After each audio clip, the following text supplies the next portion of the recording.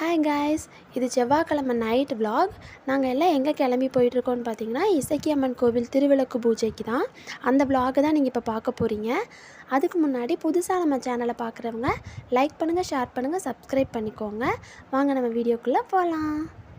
நம்ம இப்போ கோவிலோட என்ட்ரன்ஸில் இருக்கோம். கோவிலோட என்ட்ரன்ஸில் சீரியல் பல்ப் வச்சு இந்த மாதிரி அழகாக டெக்கரேட் பண்ணியிருந்தாங்க. பார்க்குறக்கே ரொம்ப அழகாக இருந்துச்சு. ஒரு சில ஊரில் வந்துட்டு கோவில் திருவிழான்னு சொல்லுவாங்க, கோவில் நோம்பின்னு சொல்லுவாங்க.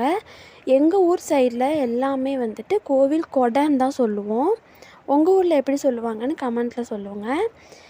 இப்போது நாங்கள் விளக்கு பூஜைக்குள்ள டோக்கனை கொடுத்து அதுக்கான எல்லா திங்ஸும் வாங்கிக்கிட்டோம். அதாவது வெத்தலை, பாக்கு இதெல்லாம் வந்து நம்ம டோக்கன் கொடுத்தோன்னே அவங்க தந்துடுவாங்க. வெத்தலை பாக்கு, வாழைப்பழம், விளக்கு, பூ எல்லாமே தந்துட்டாங்க.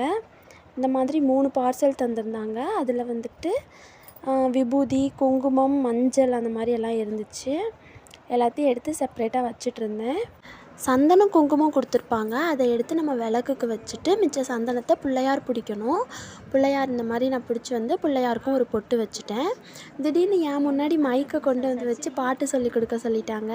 எனக்கு எதுவுமே தெரியாதுன்னு சொன்னேன். கூட சேர்ந்து சொன்னால் போதும்ட்டாங்க. ஓகேன்னு சொல்லிட்டேன். ஆதி பராசக்தி அம்பிகையே நாங்கள் மாங்கல்ய பிச்சை மடிப்பிச்சை தாருமம்மா சந்தான பிச்சையுடன் கணங்களும் தாருமம்மா பெட்டி நிறைய பூஷணங்கள் தாருமம்மா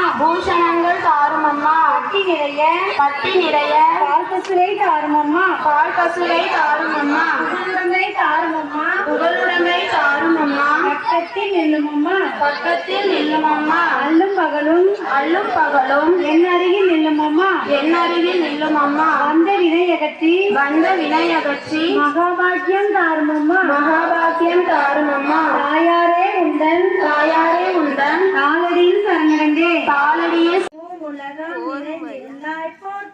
மூவுலகம் நிறைந்தாய் போற்றி நலமேல் இன்பமாய் வளர்ந்தாய் போற்றி இயற்கை அறிவொளியானாய் போற்றி ஈரேல் உலகம் ஈன்றாய் போற்றி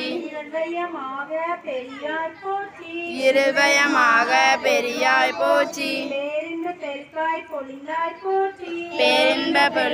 பொழிந்தாய் போற்றி. பூஜை முடிஞ்ச உடனே அவங்கவுங்க விளக்கை கொண்டு போய் சாமிக்கிட்ட கொண்டு போய் வச்சுட்டு வந்துடலாம். நம்ம திருவிளக்கு பூஜை நடக்கும்போது சாமி இருக்கிற கருவறையில் ஒரு விளக்கு ஏற்றிருப்பாங்க. அந்த விளக்கு பாருங்கள் எவ்வளோ அழகாக saree கட்டி ஒரு குத்து விளக்குக்கு அம்மன் மாதிரியே அழகாக அலங்காரம் பண்ணி வச்சுருக்காங்க. அப்புறம் கோவில்லே நைட்டு டிஃபன் சாப்பிட்டாச்சு. இட்லி, தோசை, பஜ்ஜி, தக்காளி சட்னி, சாம்பார், கேசரி எல்லாம் வெளுத்து கட்டிட்டு வீட்டுக்கு வந்துட்டோம். ஓகே கைஸ், என்னோடய வீடியோவை இவ்வளோ நேரம் பார்த்ததுக்கு உங்கள் எல்லாருக்கும் ரொம்ப நன்றி. இதே மாதிரி எல்லோரும் சப்போர்ட் பண்ணுங்கள். Okay, thank you.